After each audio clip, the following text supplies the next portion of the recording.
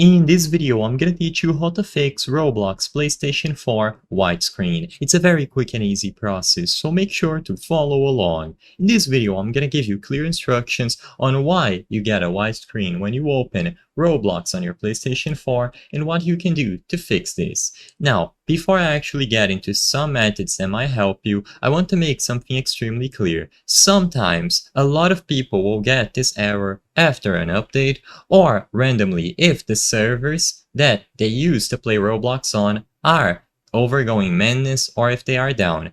Basically, what I'm trying to say is that sometimes there is nothing that you can do on your end. If you've noticed that you just updated the game and now it stopped working, it could be that the update broke something. The best course of action is that you go ahead and you talk to your friends who also have Roblox on the PlayStation 4 or PlayStation 5, you search online in communities like Twitter, Reddit, Facebook, and you try to figure out if the servers are down.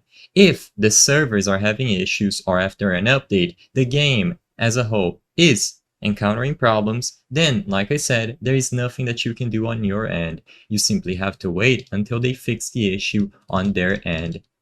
Now, besides this, you can also try some simpler fixes. One of the easiest ways to solve any issues attributed to white screens, black screens when you open the game is to check for updates. So select Roblox from your library and make sure that there are no pending updates.